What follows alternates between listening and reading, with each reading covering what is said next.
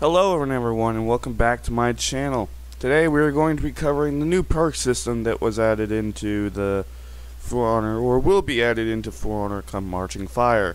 Fortunately, Ubisoft has gave us the opportunity to test perks in the Marching Fire open test that was released on, I believe, September 7th? Yes.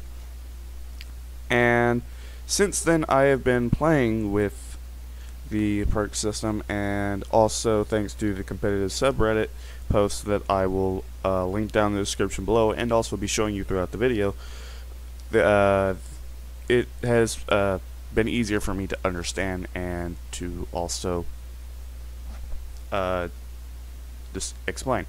So, for those of you that do not know, gear stats are being removed, and because of that, they need to be replaced with something, because we do still have gear score, as you can see on the left side right below my feet. We still do have gear score, but it has been replaced with perks. So gear score is in relation to perks. Now, how does this work? So allow me to show you.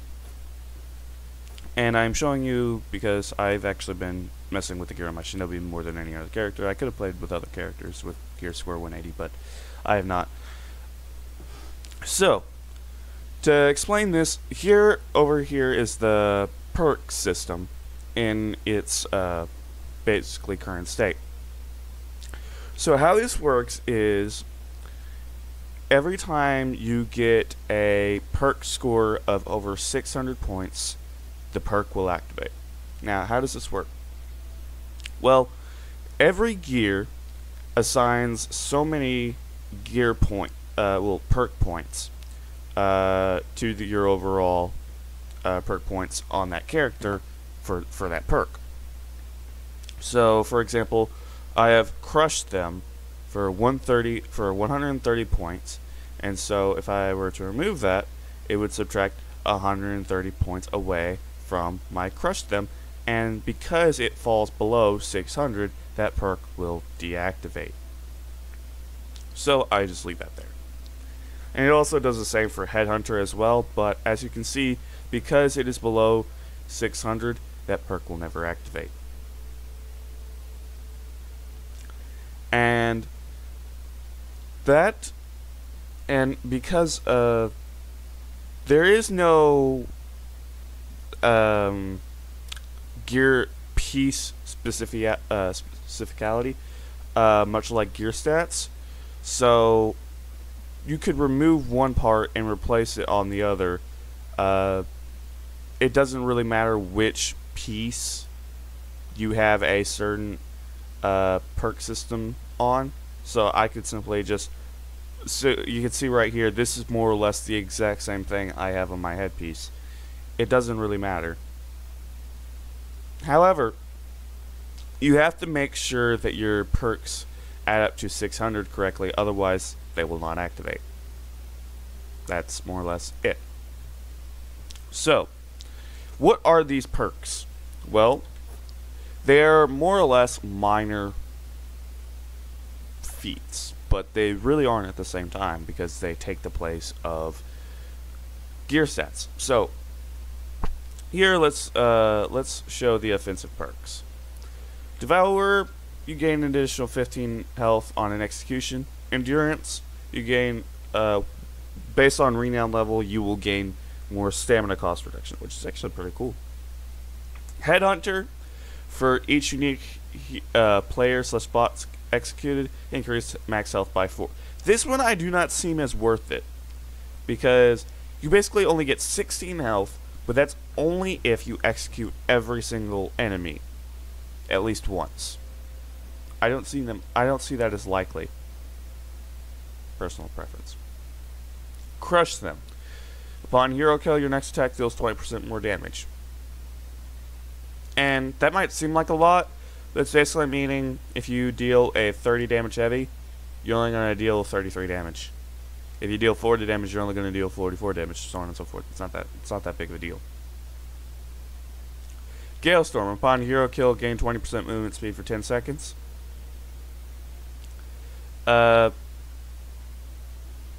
I suppose that could be useful if you're running around a lot, but that seems a bit odd for a perk. Early Reaper. Upon spawn and when revived, first attack deals 20% more damage. That seems powerful. That seems really powerful for some characters. But, again, not as powerful as Crush Them. And Survival Instinct. When in critical health, gain 15% stamina cost reduction. Simple enough. Shields up. Spawn or when revived, receive 15 health shield. For those of you that don't know, a single bar is 25 health, so this is basically you're going to take maybe a little less than a heavy to get rid of. Not even a light in some cases. Last Stand, when in critical health, gain 20% damage resistance. That doesn't seem very worth it because you're already at 1 bar. What's 20% going to do? All shields received are increased by 20%. That could be very useful in the case of Phalanx. Bastion, when in a zone and carrying a banner offering, gain 10% damage resistance. This, I found, can be very useful on Wall Partner. But, on to the next one. Vengeful Barrier. When exiting Revenge, gain a 25 health shield. So basically, you get an extra shield after you lose your shield. Bulk Up. When getting a renown level, increase maximum health by 4. I really wish this was on Shinobi, but sadly it is not. When out of stamina, blocks and parries regenerate 20% stamina. This can be very powerful. For those of you that are in an anti-gank a lot, or are trying to anti-gank, this basically means if you get a multi-parry on 3 people, you get 60% of your stamina back like that. Amazing perk. Amazing perk. I wish I had it for Shinobi, but unfortunately, as you can see here, it is not available. Which is a nice little thing. You can see the perk specific that only your character can get, and then you can see all the available perks. Remedy. Upon hero kill, you gain plus 10 health. Basically, it's a minor form of Bounty Hunter, much like Devourer. Except this one doesn't need execution, but at the same time, he gives you less health. Again, a single bar is 25, so this will give you a little bit less than half. Supersonic. In Revenge, gain 50% movement speed and uninterruptible sprint. This is very interesting. I find a lot of Shinobis might be using this in the near future, but not me. Basically, anytime you get Revenge, it's a free get out of jail free card. It's a free get out of jail card. So you can just pop Revenge and run away 100%. This, I have no problem with this being in Breach, as Breach is a fairly large map and with multiple objectives, therefore this could be useful. But in the case of Dominion, I don't see this being very useful. Personal thoughts. Clever Tactics. Capture zoning and use banner offerings 15% faster. Can it make you run 50% faster when you do have an offering? I do not know this. It is not specified. Things to discuss. However, it could be useful in the case of capturing ramparts on the Breach game mode as well. Radiant Rebound. Upon spawn... Actually, on second thought, it might also be useful for boosting the RAM. I do not know about the extents of this. Radiant Rebound. Upon spawn or when revived, gain 20% movement speed for 10 seconds. I wish I had this for Shinobi, but I do not. Feline Agility. When gaining a renown level, gain 4% movement speed for the first, then 2% for each subsequent level. That's going to be amazing, actually. Rapid Refresh. Upon takedown or when reviving an ally, its active cooldowns are reduced by 5%. Can be good. Rising Dawn. Revive allies to 75% health. That's useful for those of you that like to revive a lot.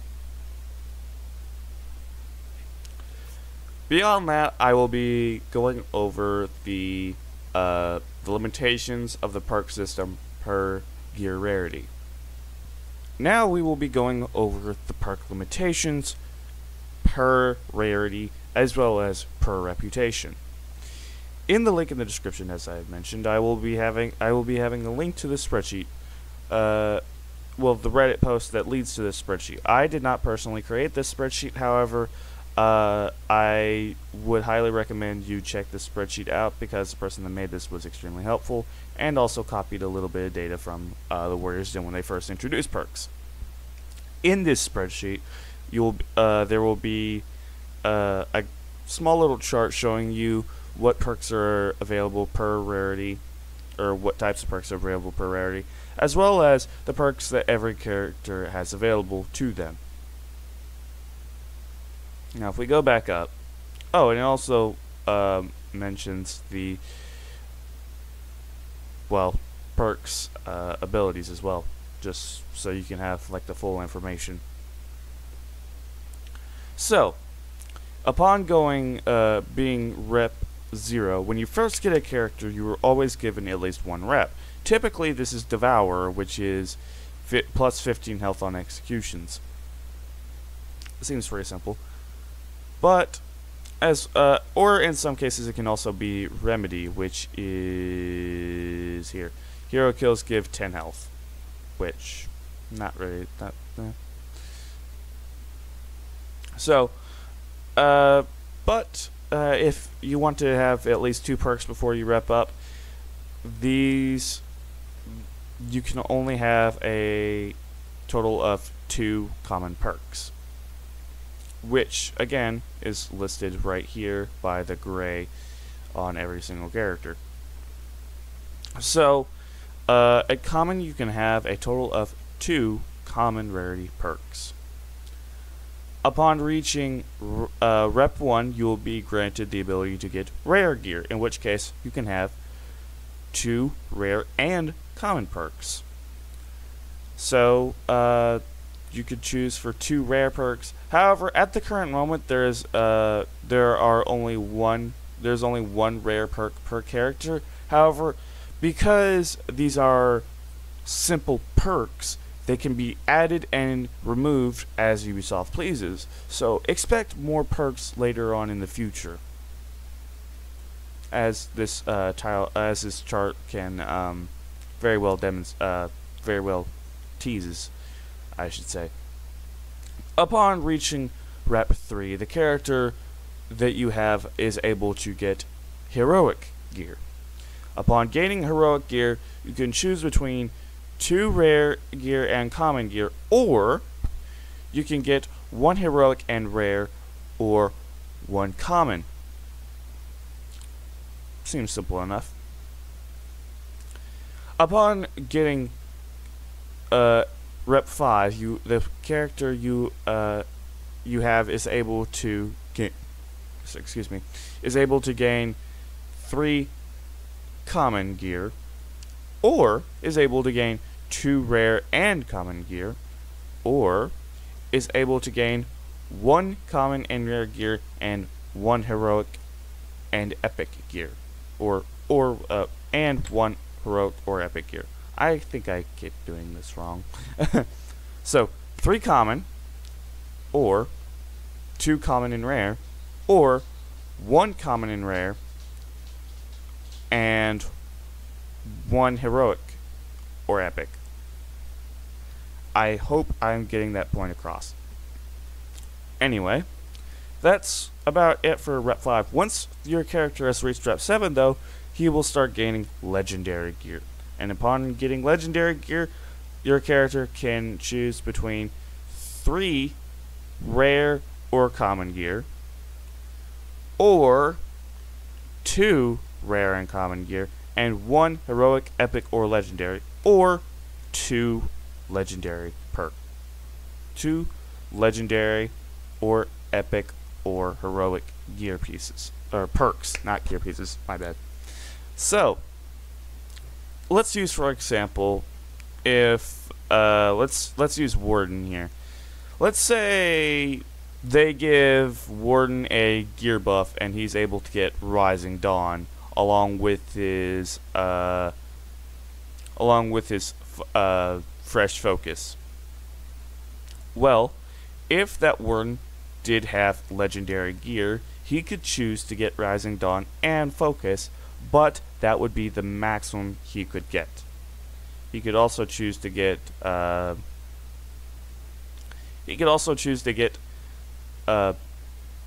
Hunter and Focus as of now, but that would cap out his ability in terms of gear. And let us also take Shinobi for example, for those of you that watch me that are Shinobi mains. Currently, you can get either, I think it's called Clever Tactics. Is that? Yeah, Clever Tactics, Hunter, or Crush Them, but you can only choose between two of these. Or you could go down a notch and think, like I will be, and get two of these perks, and then one of these. Personally, I will be getting Crush Them, Endurance, and Devour. As Devour gives a decent amount of health, Endurance will make stamina very worthwhile for me, and Crush Them will make damage very nice, which is Shinobi's already one of unbalanced properties, but I digress. Anyway, this has been the overview of perks, and I hope you all did enjoy, and if you did, please make sure to hit that like button, and please subscribe to my channel if you want to see more of my videos.